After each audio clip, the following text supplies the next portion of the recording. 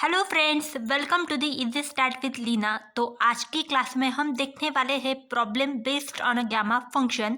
हमने पिछले क्लास में भी एक प्रॉब्लम गामा फंक्शन के बारे में देखा था, तो आज फिर से हम एक बार गामा फंक्शन का एक प्रॉब्लम सॉल्व करने वाले हैं। तो सबसे पहले गामा फंक्शन होता क्या है? तो गामा फंक्शन हम गामा एन इससे डिनोट करते हैं, इसका ये नोटेशन है। और gamma function gamma n is equals to integration from 0 to infinity e raised to minus x into x raised to n minus 1 dx। यहाँ पे n पे कंडीशन होने वाली है n स्ट्रिक्टली ग्रेटर देन 0। तो ये हमारा हो गया गामा फंक्शन। तो इस गामा फंक्शन के बारे में हम एक प्रॉब्लम सॉल्व करने वाले हैं। तो हमारा ये आज का दूसरा प्रॉब्लम होने वाला है। पिछली क्लास में हमने ऑलरेडी एक प्रॉब्लम देखा था।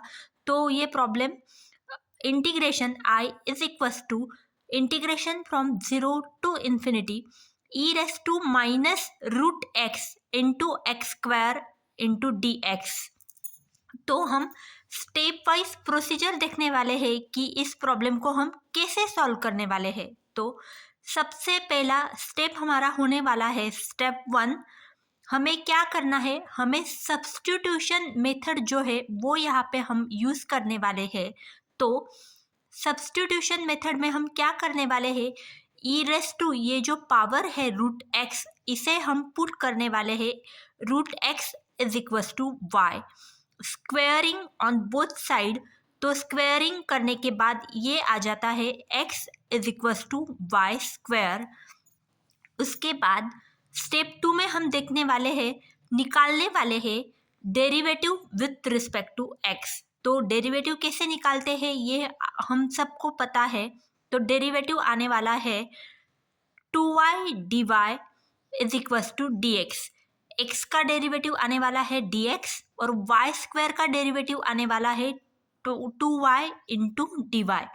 डेरिवेटिव कैसे निकालते हैं आप सबको पता है, derivative of x raise to n और डेरिवेटिव y स्क्वायर का डेरिवेटिव क्या आ जाता है, हम पावर को आगे लेते हैं और ट्वाइस y और y का डेरिवेटिव क्या आ जाता है dy। उसके बाद स्टेप 3 में हम देखने वाले हैं लिमिट रिमेन्स सेम। y के जो लिमिट है, x के जो लिमिट है वही लिमिट y के भी आने वाले हैं। तो integration i is equals to y is equals to integration y is equals to 0 to infinity e raise to minus y square whole bracket square into 2y dy।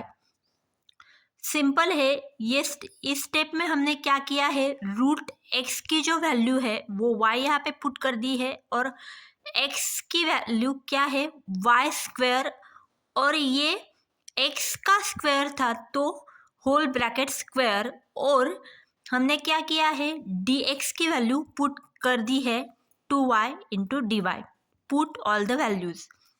उसके बाद सिंपल है, हमने इस इंटीग्रेशन को सॉल्व कर लिया है। Integration हम कैसे सॉल्व करते हैं, जो कांस्टेंट टर्म है उसे हम आउटसाइड द इंटीग्रेशन लेते हैं और इस होल जो हमारी इंटीग्रेशन है इसको हमने सॉल्व कर दिया है। तो सिंपल है, और सॉल्व करने के बाद ये जो हमारा आखिरी स्टेप आ जाता है E raise to minus Y raise to 6 minus 1 into D Y.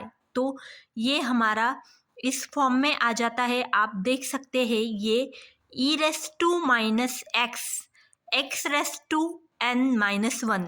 तो यहाँ पे हमारा n आ जाता है 6, यानी कि gamma 6 is equals to 2 into gamma 6। इस होल इंटीग्रेशन का आंसर आ जाता है गामा 6। और गामा 6 की मतलब गामा n की हमें एक प्रॉपर्टी पता है। तो ये प्रॉपर्टी है gamma n is equals to n minus 1 factorial. तो is equals to 2 into 5 factorial, और हम सबको पता है 5 फैक्टोरियल की कीमत वैल्यू आ जाती है 120। तो 2 इंटू 120 इज इक्वल्स टू 240। तो ये हमारा गामा फंक्शन के बारे में प्रॉब्लम था। मैं आपको एक बार फिर से दिखाती हूँ। हमने 3 स्टेप में इसे सॉल्व किया है। अगर आपको इस प्रॉब्लम के बारे में और गामा फंक्शन के बारे में कुछ भी डाउट है तो आप कमेंट सेक्शन में मुझे कमेंट ज़रूर कीजिएगा।